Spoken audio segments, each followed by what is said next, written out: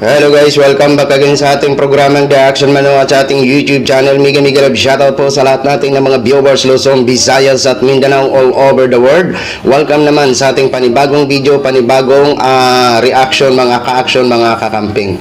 So ito ho mga ka-action, gusto ko lang ho na i-share sa inyo kasi alam ko natutuwa ho kayo sa tuwing i-share natin ang kaganapan ng ating mga pambato na Kiko Bam.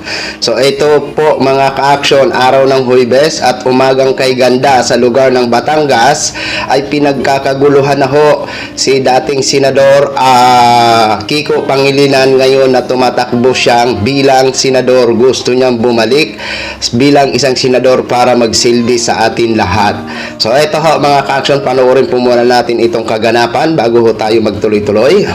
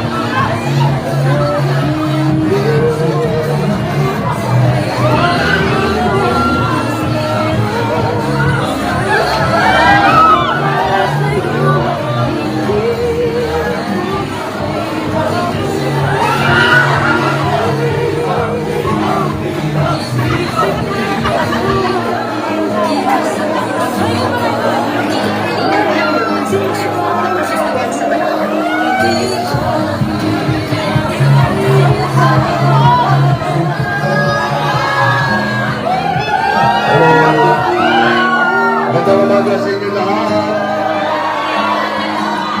Kumusta na kayo? Andito tayo sa Batangas. Ang ating Vice President for Institutional Affairs, Paulo Laurel. How are you related to Senator Laurel? Grandfather. Si Senator Laurel was my fraternity brother sa Upsilon Sigma Phi, yes. Dr. Cecilia Pring, our VP for Academic Research and Research. Dr. Conrad Botong, ang Assistant VP for Academic and Research. Dr. Mel Lu Bautista, Ma'am, Dean of the College of Criminal Justice Education. Miss Ever De Castro, ang Director of Quality and Assurance. Ma'am, Mr. Alex Madlangbayan, ang ating MIS Director, Internal Quality Auditor and Director, Marine Quality Systems and Standards. Uy, Miss Annalisa Puyo. Miss Annalisa.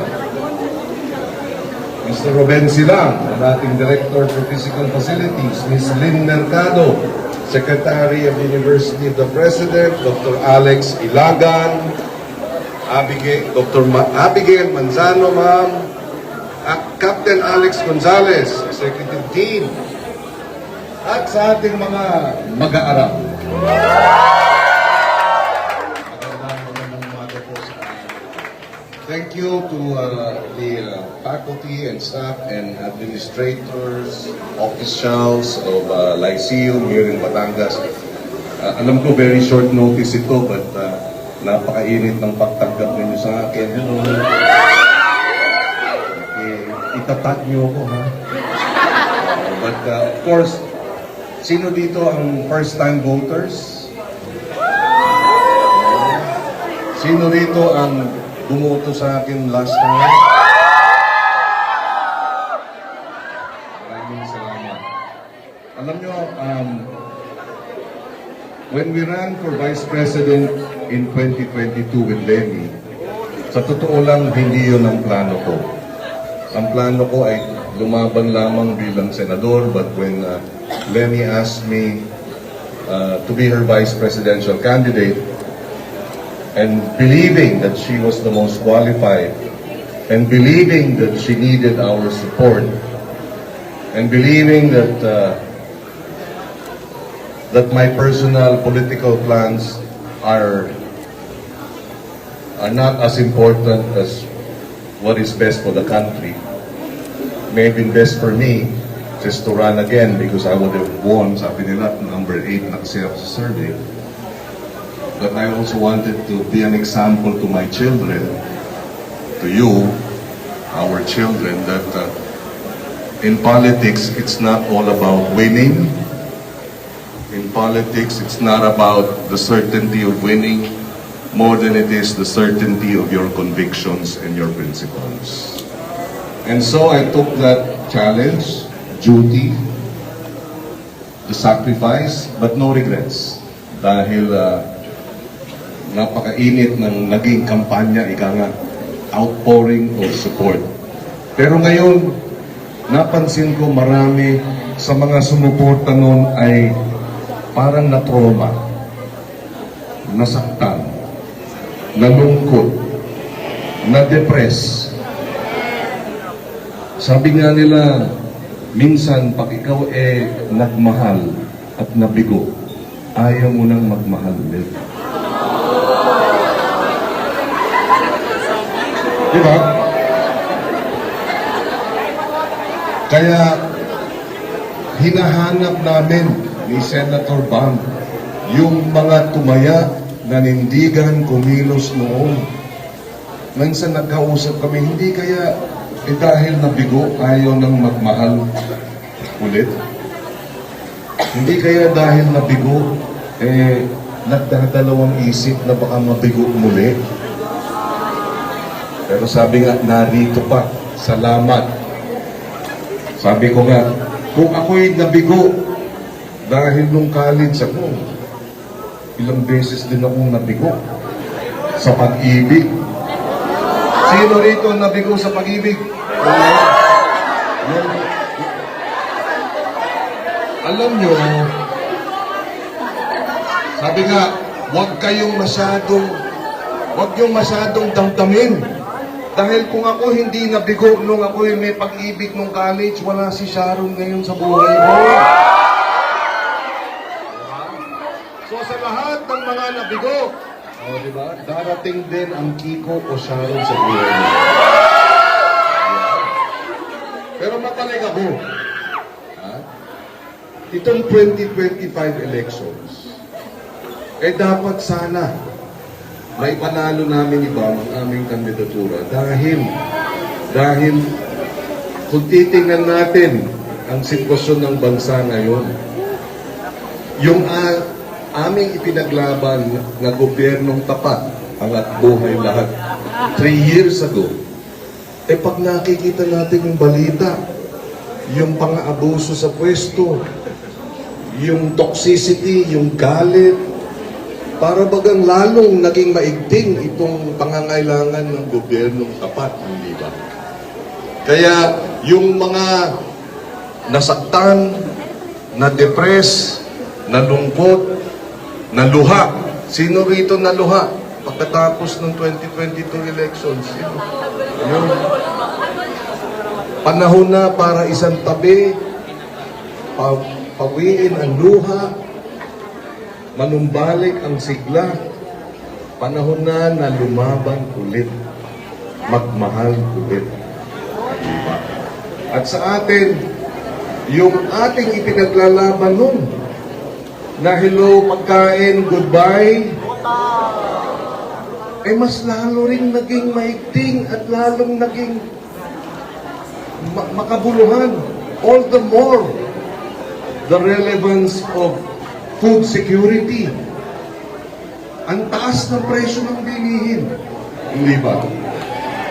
Dati, sino dito maniniwala at sumasang-ayon? Dati, yung 500 pesos at 1,000 pesos, maraming nabibili.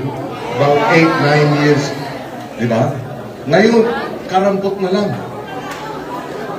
Alam nyo ba, noong panahon na maraming nabibili ang 1,000 pesos at 500 pesos, noong 2015,